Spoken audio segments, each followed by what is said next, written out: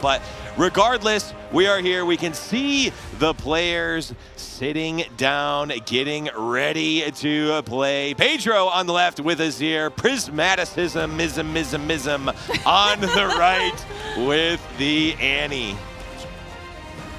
And here we are, looking at that Azir deck list one more time. We've seen him before, but we're seeing it again. It was a fantastic list that we've seen work to perfection. It's all about timing, it's all about those gear, and it's all about managing resources and not units.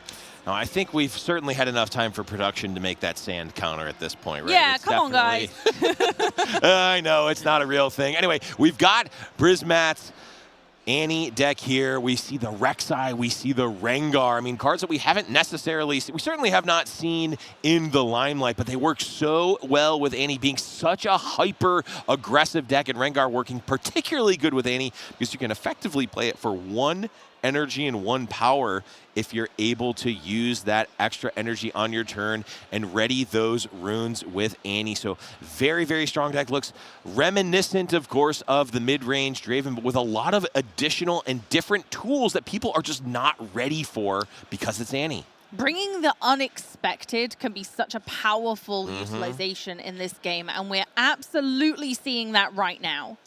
Absolutely. I mean, it is running so many 2-drops. It's running the Noxus Hopefuls. It's, of course, got stacked deck, rebukes. I mean, it has all of that interaction that you would expect to see in a Chaos Fury deck, but it also has, you know, I think the number of times that I saw in scrims and in testing Prismat play that Rengar, and people are like, oh yeah, that's right, there's just a +5 that can come out of nowhere. I forgot about that. I know that now, but I have to imagine that that just gave many, many wins that people just weren't expecting because, okay, I can play around a +3 and a +2 or plus. I'm not playing around +5 that also has a body there. It's just such a good card. Also, don't bother rebuking the Rengar because it will come right back down. Rengar pouncing is quite right. Absolutely. The name is very apt. When you are unprepared, it will pounce. And unfortunately, that clearly has happened a lot in this event, and we saw it earlier today, and I'm sure we might get a chance to see it again. Yeah, I mean, we even saw it in the little clips. We saw it in the little clips right before this, the clips of Prismat's game, where setting up these combats where they have a lot of energy up, and usually that's Aurelia's game plan, to have a lot of energy up and have these combat tricks. And he's like, no, I've got a bunch as well. I've got Longsword, I've got Hard Bargain, I've got Rengar, I've got all of these cards that are just so good and are able to be played in combat in a deck that's not usually doing a lot of combat manipulation like that. Not anymore. It used to have Fight or Flights. It does have Rebuke, but it's not the same, right? You're not expecting that angle of attack like Rengar and like Cleave can, because that kind of fell out of favor a lot. Yeah, and I think that's the thing. These unforgotten cards gone by that actually are still really powerful. And, you know, in this instance, this Annie aggro deck isn't going to have the surprise element as much as we've known before, because obviously Pedro is going to know what's in this deck this time round. So actually they do have that opportunity to look at the deck lists. So they are going to know what could come up, but it's all well and good seeing something written on a page, but do you remember what it does? Because I don't know about you guys, but I have a poor memory, and I do not remember the differences between the different Rengar cards. Like, I wouldn't know off the top of my head if I was reading it just on a piece of paper, because it had been that long. Before this event, before I was like, oh my gosh, look at this Annie list, wowza. I didn't remember what it did. I'm going to be honest. Yeah. Well, no, and it really hasn't seen a lot of play, even though the Spearforged card has not seen a ton of play. I think a lot of people have looked at it and considered it, and it is a really cool card. We did see it played a little bit in China, but honestly, not much outside of that. And it's not necessarily hitting the breakpoints or is efficient enough to be played in a lot of decks. But Annie, it makes so much sense. You can spend your energy on your turn. As long as you have 1 left up, you'll ready 2 runes, and that's 3. Rengar's a reaction. You can play it on your opponent's turn, and you're effectively gaining that extra 2 energy, and you can actually put it into stats that impact the board. That is really, really strong. As if Annie didn't need another excuse to be more aggressive with their play style, and here we are giving them another good reason to be. And I'm honestly pleasantly surprised by this deck list, but I'm also surprised. I'm surprised I haven't seen this before. I'm surprised this took me by surprise. Right. And I'm happy about it. I got to say, I'm really excited to see how this matchup plays out, because I haven't seen this Annie before now. Right. I haven't seen how it might interact with Seer.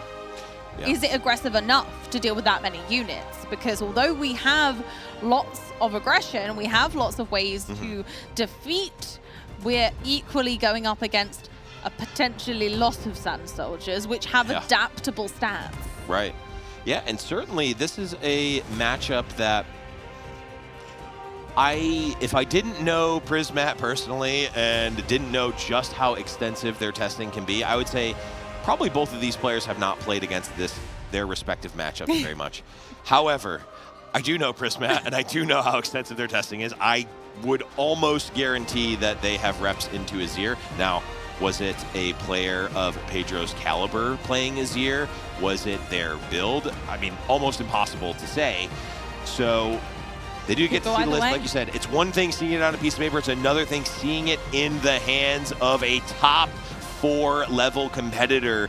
So, I mean, at the end of the day, it's going to come down to their fundamentals. It's going to come down to what preparation they've had. Obviously, both of these players have played absolutely spectacularly so far. They've both got best of metal cards that they can take home regardless, but they want to win. I know Prismat. I've known Prismat for a long time across many games. Prismat does not care about consolation prizes. Prismat was bummed when they were handed the best of Draven. I know this for a fact. We were talking about it backstage. They were bummed when they were handed the best of Draven because they had just lost in the top 8. This means everything to both of these players as we are getting into our top 4. Prismaticism on the Annie, Pedro on the Azir.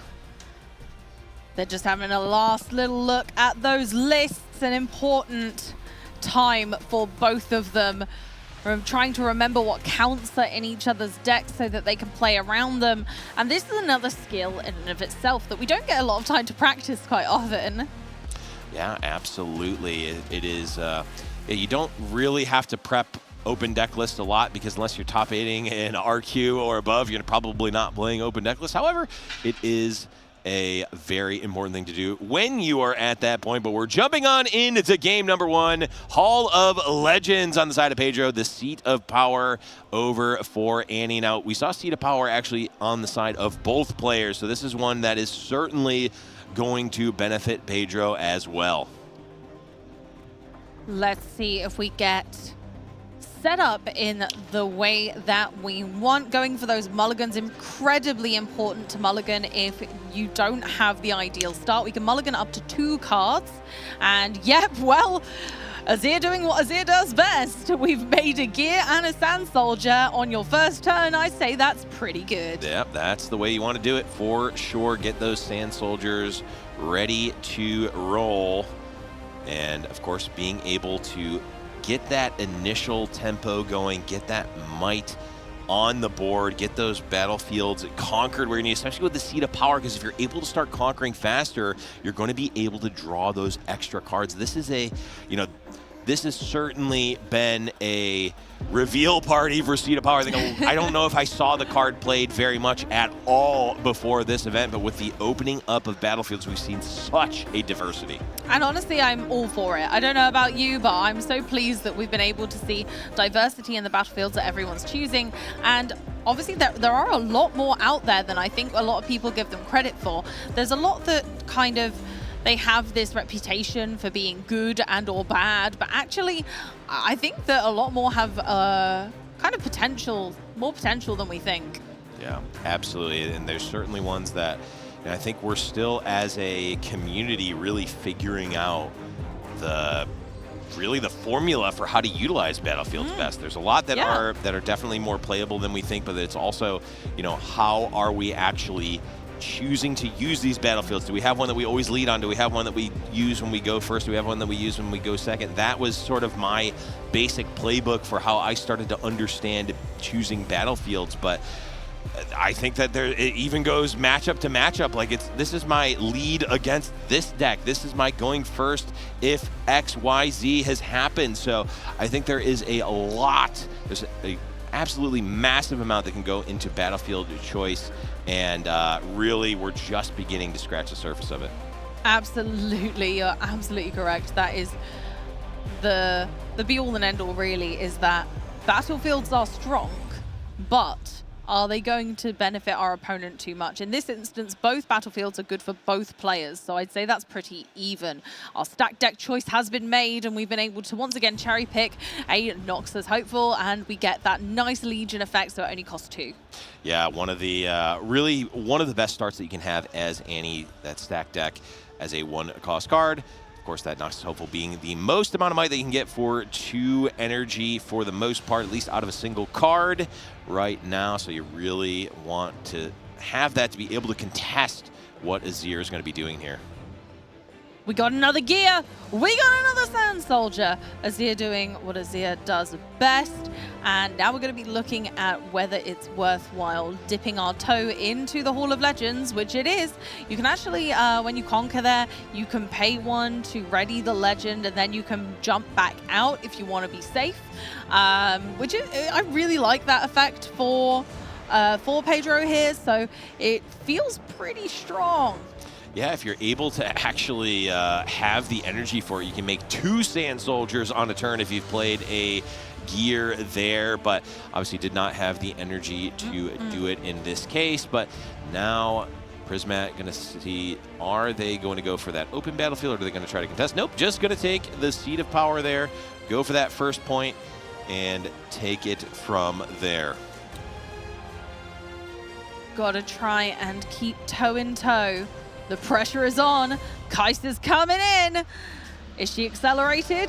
Yeah. Oh, no, no, we're just being she's not played. Accelerated, No, just played to the battlefield. Yeah. Yeah, in with that Noxus Hopeful. These are the types of things where, you know, if I picked up this deck and just played it without talking or testing, the chances I make that play are near 0. And maybe that's a reflection of me, but my brain does not function in the way that I'm thinking, oh, I want to play this defensive Kai'Sa on a battlefield without accelerating it and not drawing a card.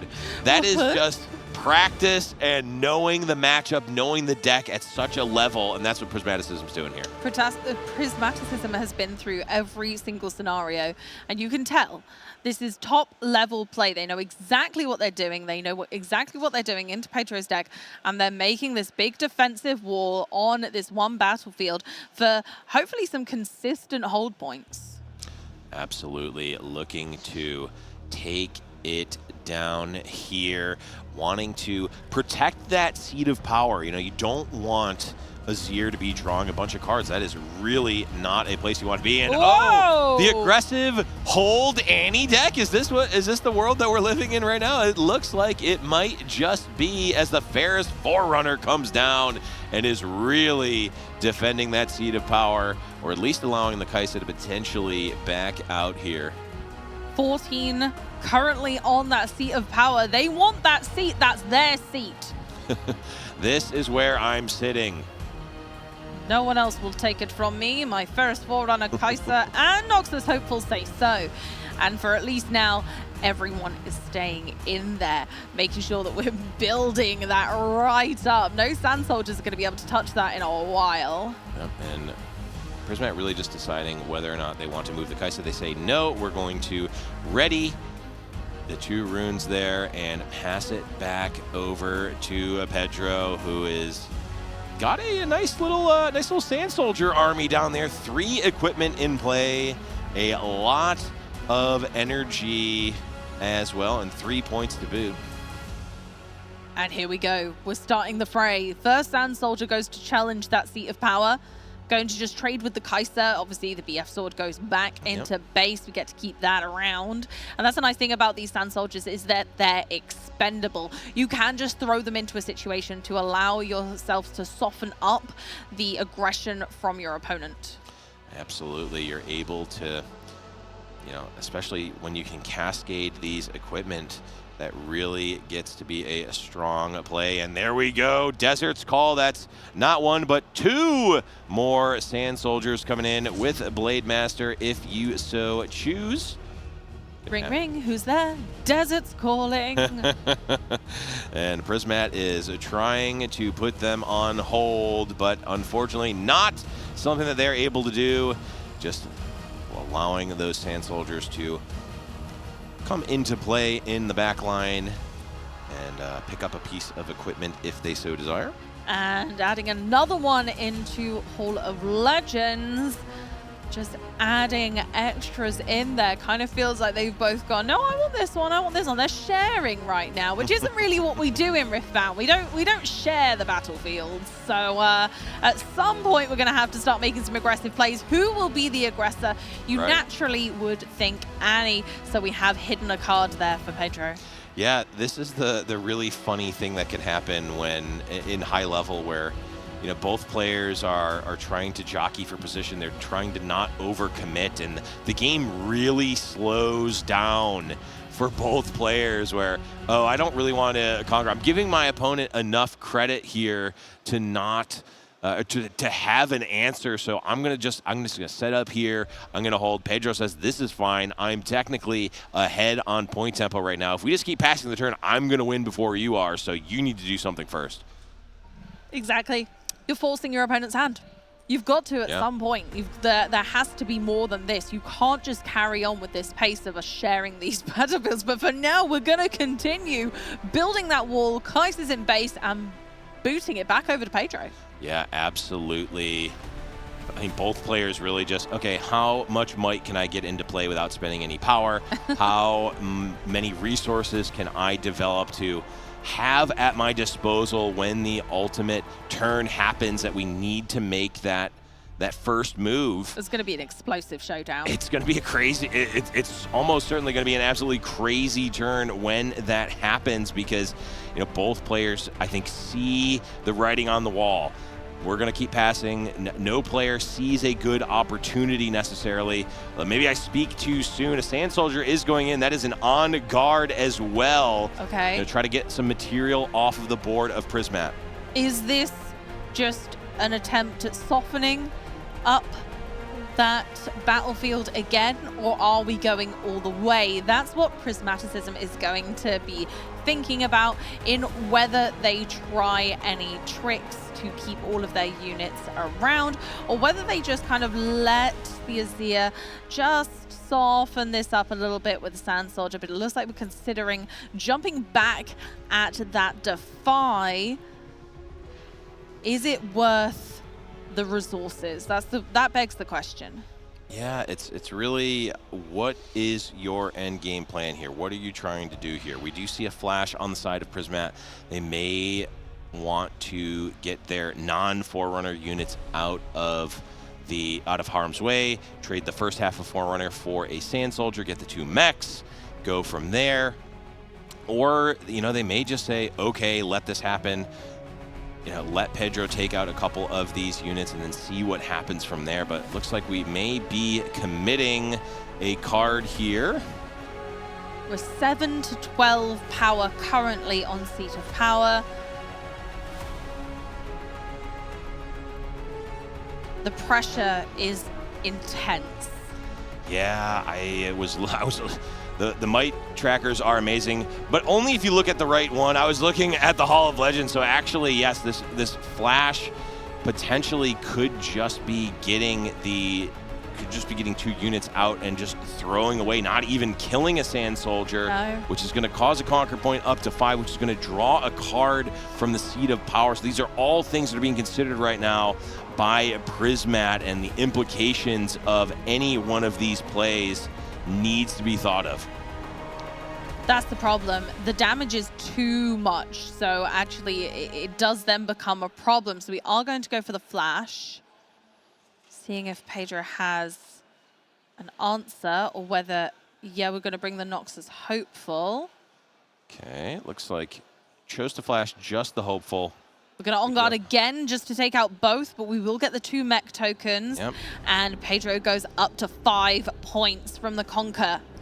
Yeah, that is a Conquer. That's going to be a draw from the Seat of Power. But now we do have quite a bit of might in the back line for Prismat here. So they're going to be able to put forth at least somewhat of an attack.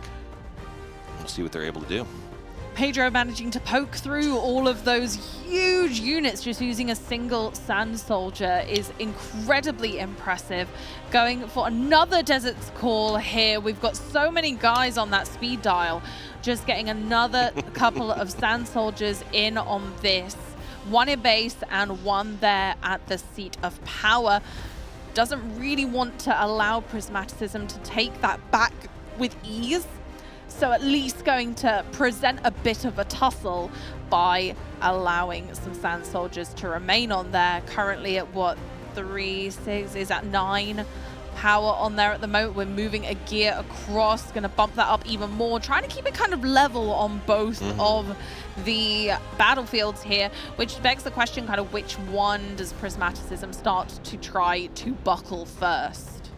Yeah, it's certainly going to be tough. And one key difference here between Draven and Annie is that Azir is able to make these combats happen. And even if they happen to lose a combat, lose a Sand Soldier, they're at least not feeding a card over to the Annie. But we are, of course, seeing Prismat with only a few cards in hand, even though they've won a few combats here.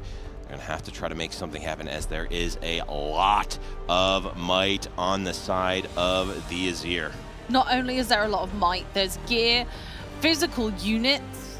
The bodies on the board right now are in the troves. They truly have made a Sand Soldier army to present against the aggression that an Annie deck presents. And now Prismaticism is in a position where they're going to have to split their units potentially, because their deck doesn't have a lot of versatility when it comes to kind of being able to gank or being able to move from battlefield to battlefield. So we might have to chip away at these separately. And then there's those pesky hidden cards. And obviously they've seen the deck list. They probably know what's coming, but it's also just sometimes a bit of a mind game. Yeah, absolutely. The thing is that they can be at least, it could be Hidden Blade, it could also be guards.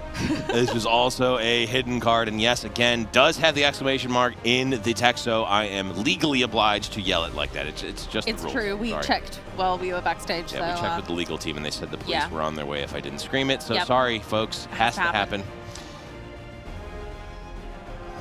So it's just about whether he can dismantle this board. There's a lot of thinking going on, and honestly, I respect it, because this is crunch time. These are the moments that really matter, and this is what sets our players apart from everyone else. They are just anticipating every possible scenario. They're going through it. They're running through the stats in their head. They're doing the math on this board. We have little trackers. They don't. They got to do it in their heads. I'd be looking at this going, where do I even start? Right. Well, Prismat says, I am going to start with an Annie from the Chosen Champ Zone and into a stacked deck. Annie's stubborn. She's a familiar face. And not one that we love to see, to be honest, because she can be rather a big nuisance. Yeah, she's going to be able to get a stacked deck back. Imagine we did cast the stacked deck. Not sure what was off of the top. Maybe a cleave. Looks like it was a cleave. Yeah, looks like it. So that's going to help. Yeah, we've got a Rengar and a cleave. That is threatening up to 8 here. Now, how does that change the math? Because it's not just 8 coming in at once. It can be staggered. It can be across multiple battlefields. It can be across multiple combats potentially. So really, Prismat is figuring out what is the best way to make it as awkward as possible for Pedro to do these blocks here. Right, we're cleaving on our mechs, and we're going to just poke away at that Seat of Power to begin with. See if Pedro has any reactions. See if we're going to play that hidden card, and it's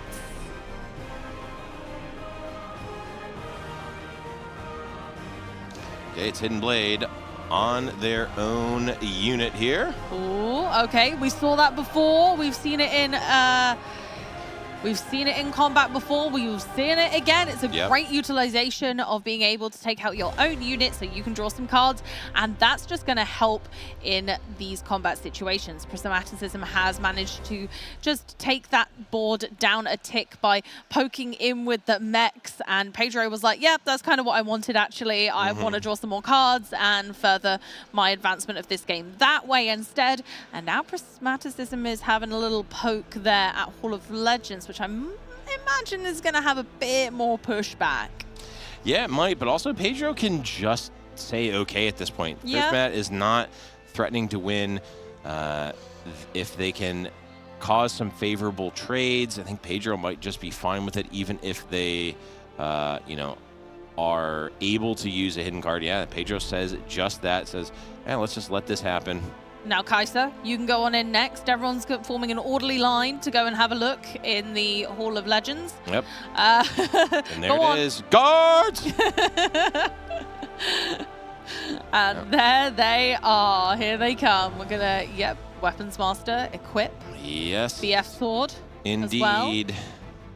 That is big, and it looks like I am imagining that was just looking at the top cards of the deck to see what they were going to draw, but that is going to be it. Game number 1 going to Pedro with Azir. Azir showing that numbers do matter. Every single Sand Soldier was so fearsome, and it is because it's like a build your own army. It really is being able to put those building blocks together and make the perfect scenario from scratch. Absolutely, and we see the sideboards here. Facebreaker, another possible card that can come in as a sideboard option. Salvage, probably not going to be doing it. Call of the Week could be decent, though generally not great against the deck. We were not great against decks that have a lot of small units, not great against decks that have Ferris Forerunner, and, well, Annie has both. Defy, maybe? Defy, I think, definitely is an option there, as, of course, the a lot more combat tricks in this deck than you would see in others, but Thermo Beam definitely being a big one that Prismat might want to bring in. Yeah, Thermo Beam, even Factory Recall, just putting all of that extensive gear disruption into the deck to prevent them from being able to continue. And I think that's it. We could have carried on with that game, right? Or we can say, I'm going to look at those cards. Yeah, no, I'm losing this. I'm going to forfeit that. And I'm going to side deck now so that I have a better chance of winning. I'm going to save my mental arithmetic skills for in a minute. I don't want to get worn out. I need a little break. And then also, I'm going to get that side decking all done nicely. And it's an important factor between these games, doing your side decking, and it's a skill that I think makes a pro player shine. I think it's genuinely one of the most tough skills to learn in Riftbound, knowing not only what cards to put in your sideboard, but also knowing how to change those between matchups, for which matchup, and how likely you are to see those cards as well. Right. It absolutely is. And again, we talked about it. I don't know that both of these players have, they certainly, I can say with almost 100% certainty, neither of these players has tested against each other's decks as much as they did for a lot of the other decks in this event. These are both relative underdogs in terms of tournaments, in terms of this tournament, the deck at least. So certainly not the most easy. Oh, yep, I know exactly what my Annie or my Azir matchup is. Is not necessarily that. As we take a look at the trophy, at that Blade of the Ruined King, beautiful trophy card and playmat there in the middle of the stage. This is what these players are playing for, and it is absolutely gorgeous.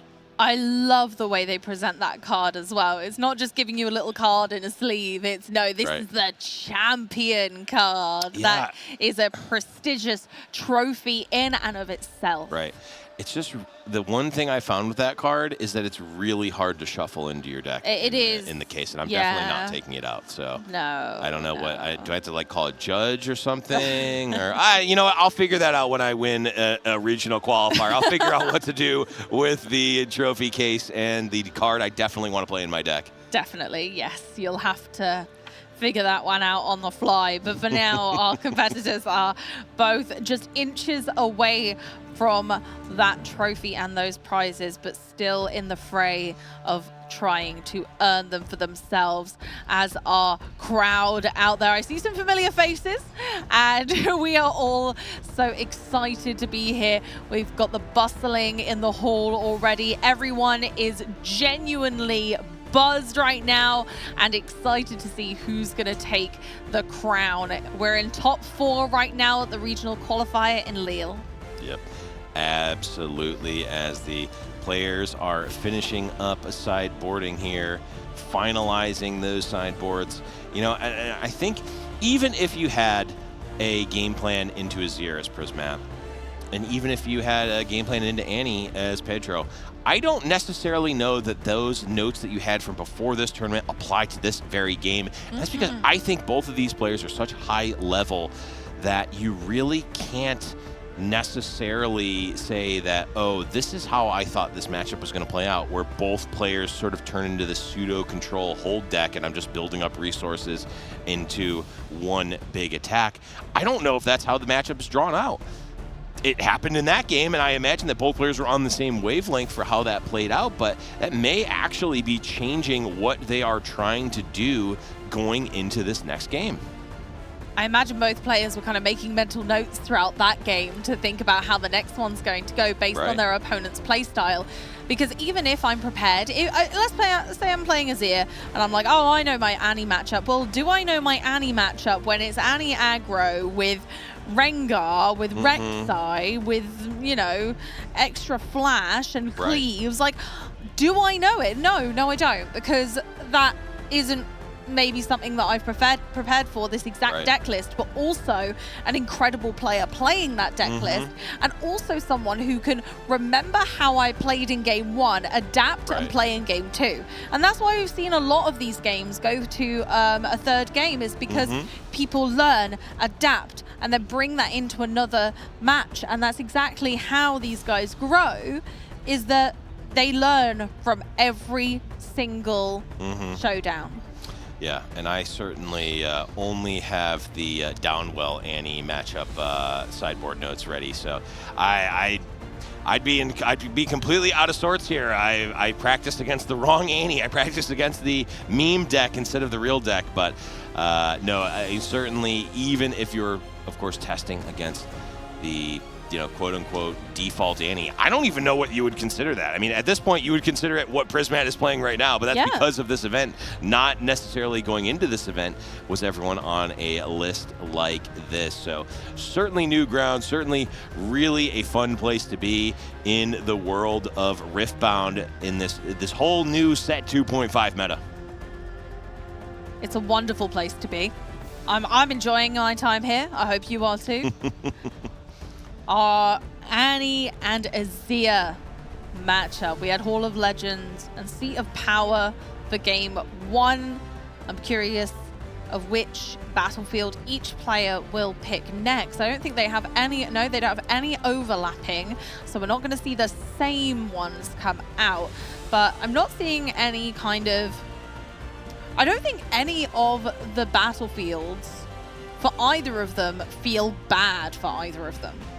No, not at all. I think that, you know, Arena's Greatest and Zon Warren's are relatively similar depending on who is going first. I think if Prismat is going first, he's likely going to go Arena's Greatest, so I would think that he's likely on that for this game. And then Trifarian Warcamp is not bad for Annie, but it's certainly a bit better for for Azir, and then Seed of Power, of course, is in both their decks, so Seed of Power is almost a completely neutral battlefield as both players are bringing it. But let's see, it looks like the players have shuffled up and presented as we are getting into game number 2, Azir, Emperor of Sands versus Annie, Darkchild, Pedro versus Prismaticism. Looking like an interesting starting hand there. We've got Seat of Power and the Arena Greatest. Like I said, we're not going to have a matching, but we did have one from a previous round. We've got that Seat of Power back again. I wonder if we're going to be fighting over who's sitting in that this time. Yep, absolutely. So the game is going to start off with both players at 1 point here. And guards. Thank you. There it is. I was like, it wasn't. I'm not practiced enough. They won't come if I ask. It's got to be you. We're eventually going to get the whole crowd yelling guards when cards gets played. I know that's going to happen. Maybe I'll give it a go next time. We've got a tide turner, of course. Prismaticism just starting off that rampage, going up to 2 points, nice and early on. Let's see if they can play anything else. Just the Kai'Sa and passing. And of course, from that fantastic ability, we are going to have 2 still standing at the end regardless. Yeah, when you play it in the way that Prismat does, it just looks like the Kai'Sa only costs 2 energy, and you go, how in the world is this fair? That was so cheap. What's going on? It's like, no, don't worry. So good. We got this. We've got the on guard here going in to try to take out that tide turn to get that 2nd point of the game. And now, is this something that Prismat wants to fight over? Not necessarily fight over, wants to protect that tide turn or keep that material alive. And that's going to be a point there for Pedro. That is another Sand Soldier from the eye of our good friend Harold. And it looks like that might be a pass of the turn. Both players accelerating into 2 points each already. Feels like we only just started and already right into the thick of it. Prismaticism making great use of that timing, hopefully being able to outpace Pedro this time. If Pedro doesn't have enough time to build up those Sand Soldiers, then Prismaticism's might will be overwhelming in comparison. Yeah, absolutely. And now needs to see what does Prismat think that Pedro might have. It's a lone Sand Soldier at 2, but does not want to send the Kai'Sa in to battle it, just wants to take a trade. And are we setting up camp again? Is the Forerunner going to go and try to protect that Kai'Sa? We shall see. It looks like the answer is yes. We have a winner. Absolutely correct. Ferris Forerunner once again being just the chunkiest unit you could ever imagine. And even when it gets taken down, then more little guys just spawn up in your base and you get 2, 3 power mech tokens, which basically, if you smash them together, is another Ferris Forerunner. Yeah, he's not chunky. He's just big mech'd. He's got big mechs. We've got the BF sword, and guess what? We're going to give that a Sand Soldier. Yep. You get a Sand Soldier, and you get a Sand Soldier, but only if you have a gear, and then more gear gets a Sand Soldier. Yeah, it's I get a Sand Soldier, and I get a Sand Soldier, and I get a Sand Soldier. Yeah, it's only Pedro. There's no Sand Soldiers for Prismaticism in this case. Oh, that would be a twist. Yes, you mentioned all of those gear on the side of Pedro, but that is a Thermo Beam in the hand of Prismaticism that may be coming down on a key turn, but in this case, it is just a development of a Kai'Sa in the backline, a Noxus hopeful on that Seat of Power. We are in this hold game, and in this case, Prismat is actually ahead on the point tempo here, getting that 4th point before Pedro does. Pedro is now going to need to really amp up the pace. Do we have the resources to do so this early on? We do have a fair few Sand Soldiers. We've got 2 gear in play thus far, but not a lot going on in the hand, unfortunately. Wow, that's not looking great. A couple of Discipline and a Rise. We've got kind of spells that can help us in combat, but nothing that can help us make more Sand Soldiers other than our champion unit and then our legend ability. Yeah, I mean, we could cash in the Arise now just to make a bunch of units, but again, It's only 2, right? Yeah, it's not a lot.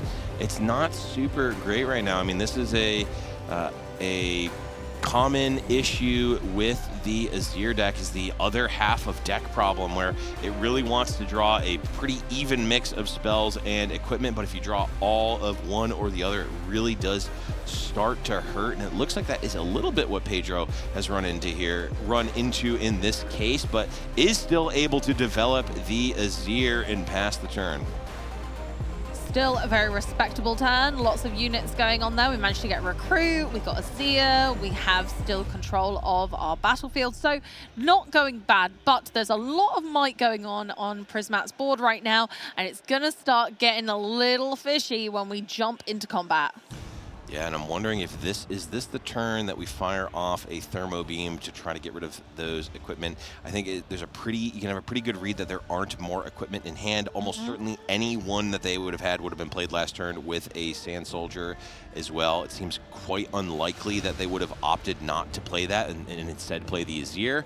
So I think you can get the read that there aren't any equipment. So if you're able to resolve a thermo beam here, that may be all the equipment that Azir has for the rest of the game. That could be genuinely terrifying. Having that Arise in hand and then having your equipment burned away by a thermo beam. Right. Oh, that would be awful. But again, it's knowing those tells, and it's whether the timing is right. Do we get into combat? We're on 5 points, so we've got to kind of keep pushing ahead. We've got a little while to go yet before we can call a win, so we've at least got a couple more turns of this game to go. Yeah, we're certainly in the tank here for Prismat, deciding, is this time to fire off the thermo beam? Should I wait until a later turn? What happens if they Arise next turn? Does it matter? I think these are all the things that we are talking about here as Prismat, and really seeing how many cards are in hand. That's to figure out, what kind of combat tricks do they have? What is the chance they have a Defy? What is the chance that have Wind Wall? Something like that. That is a card that can certainly stop the thermo beam, and there are 2 in the sideboard, so certainly in the range of cards that could be in Pedro's hand. How bad is it if a thermo beam gets wind walled? These are all the questions that are being asked by Prismat to himself right now. You've got to take everything into consideration, because the timing is key. We've got about 2 more turns before this could potentially be all over, before this could be a victory for Prismat. So really, every single card needs to be played with conviction. Yeah, there needs to be a purpose for all of them. There is that Nox is Hopeful. We've got a Gust, which can be quite good. Better off in combat, though, if you can use it as a surprise, and really just figuring out what is the game plan, how do we execute it, and what tools do we need to be able to execute it. We've got a lot of might and base. We could go ahead and challenge the other battlefield one. There isn't a lot kind of going on.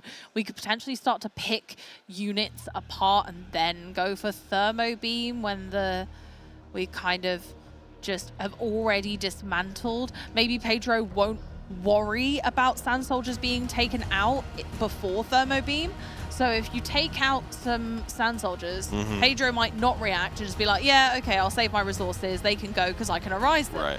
Then Thermo Beam the equipment, and then oopsie daisy, no sand. Right, no sand whatsoever, and no follow-up sand either. But it's not even just a matter of, do I want to play these cards this turn? It's a matter of, what order do I do them in? When do I do them in relation to attacking? What can I try to bait out? What am I looking to bait out? Am I going to be able to? These are all things that Prismat is considering, and the consideration is led to all 3 of the units in base, at the very least, being picked up and examined by Prismat. A very methodical player. Might stamp their way into the arena greatest. But first up, we're going to bring Annie in from our champion zone. We're going to flash. Oh, flash to try to get the units at the seat of power back into base. Are we making a complete alpha attack right now?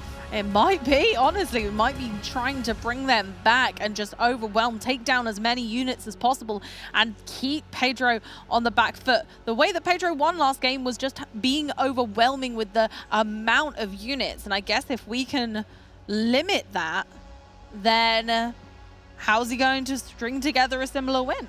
Right.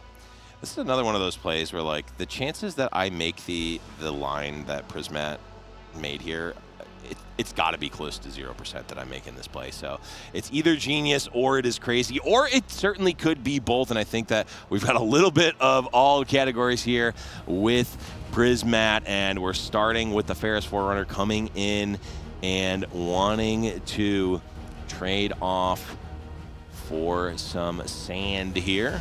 This is one of the mechanics that I really love about Riftbound. Combat isn't a stage. Combat is whenever you would like to invite one of your ready units into a battlefield. You can have multiple instances of showdowns instead of a combat phase, which I really enjoy. I think it's a really great way to do a combat style where we're having a showdown every single time a unit chooses to go in there on a separate occasion. Right. Discipline comes in to chonkify the might on Azir's side and make it a little bit tougher. But I don't know if Ferris Forerunner necessarily, was going in with the intention of taking them all out. It was just so that they knew which Sand Soldier was sticking around. Yep, absolutely. Wanted to keep the equipment still on the battlefield, I think, is the biggest thing here. And now we're probably looking to push in with more units. The pump spell that we've used will remain, the Discipline, but any damage done kind of goes away. They just put a plaster on, and then they're ready for the next time that units come on in to say, hey. Absolutely. Now, Prismat deciding, do they want to attack here? How much are they going to attack?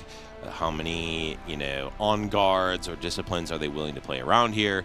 They attack with just 2 Kaisas. A single pump spell stops that. If they attack with the Noxus Hopeful, that covers a wide range. If they attack with all of these units, that probably covers most of it, if I had to guess. I would say so. Are we going back to defend?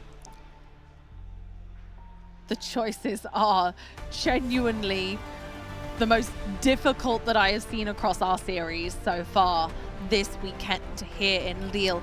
It is top 4. We got to be playing to our best. Another Discipline. This Sand Soldier's humongous for a Sand Soldier, I should say. Up to 9 to 14, so we're going to take both Kaisa and then allow that Sand Soldier to crumble. The little Sand Soldier that could take out 2 Kaisas is the story of that combat, but we do get to that 6th point there for Prismat. Not a ton of resources on the side of Pedro, but this is a bit scary. There's 9 might left in the back of the battle, or of the back of the base here for Prismat. 6 left, almost stranded on that Arita's Greatest, so they are able to potentially threaten to win next turn, but are they going to have enough might to actually do so? We'll have to see whether Pedro is going to put up enough of a fight with these remaining units to stop Prismat from taking that win. We're now playing not to lose. We need to make sure that we're at least putting up some units in that top battlefield. Yep, absolutely. We see that arising. Now we see a good amount of equipment here on the side of Pedro. A lot of energy as well, so they could potentially have multiple equipments played plus an Arise, and that is really going to put quite a few Sand Soldiers into play. But yeah, I think for the most part, Prismat is willing to take this sacrifice here. They are going to try to win on the backswing. I don't necessarily need to stop this attack right here. Whether they choose to stop this attack could be the pivotal point. The Thermo Beam comes down! Oh, there it is, of course. Thermo Beam coming out, but there is Death Grip coming in. Going to be used in response to keep that might on to a unit. Transfer the might from one unit to another. So the might sticks around. The gear still goes. Those have been fizzled with the thermo beam. But this recruit did have the extra now to take down the Tide Turner that moved in. Yeah, and absolutely massive. I mean, that happens before the Arise that is in hand. Now, of course, there are still more equipment on the side of Pedro. We're going to have to get them down. We're going to have to play that eye because we need to start rebuilding the board now. Can't let Prismat just take the game next turn, so we're going to need to start rebuilding from here. We do have 2 ready units, so, you know, we can just sneak into both battlefields, but is that going to be enough? No. Not right now. It certainly isn't, but it's going to be about, can they get 2 battlefields here and then also be able to defend against the 9 might on the side of Prismat, plus any other shenanigans that they may have from hand. Of course, we know there are Rengars, there are Cleaves, there are a lot of other units as well, potentially, or other combat tricks as well that can be quite scary. We're going to draw a card from the Seat of Power and go from there. See all of the options available to us this turn. See what we can use to further our cause, to protect our units, so that we're able to win on our next turn. Both players at this point are going to be trying to not only score points for themselves, but also stop one another. Absolutely looking to stop one another for sure. I mean, again, it's about getting to those even point swings, but when your opponent has gotten there first, you need to be able to stop your opponent from winning. And now looks like we are spreading the love here. Going to have a couple of battlefields with some amount of defenses on them. We've got the Azir on the one. We've got 2 recruits, not Sand Soldiers, on the other. We're going to make another Sand Soldier here. Where is that one going? Going to stay in the base, actually. And move the Herald on there. We had Brutalizer now on one of those recruits. I'm just building this board. I like having the Sand Soldier in base as well. It's kind of showing the intent for, well, I can't win right now, but if you manage to deal with at least one of these battlefields, then I'm going to need something to go into another one at some point. Yep. Going for hidden card, just debating where. Okay, that's going to go on Seat of Power. Putting a nice cushion on that seat, but a dangerous one for your opponent, I imagine. Yep, and the hidden card could be a few things. Could be Hidden Blade. It could actually be a face breaker from the sideboard, or it could be, and say it with me, everyone, guard! Not really sure which one it is, but you know, I always like to take the opportunity to scream a card if I can. Got a few units in the hand of Prismat. I see a Noxus Hopeful, I see a Gust, I see what I believe is a Hard Bargain, and a Traveling Merchant. So those units are not really helping win the combat here. The Gust may be able to deal with a Recruit.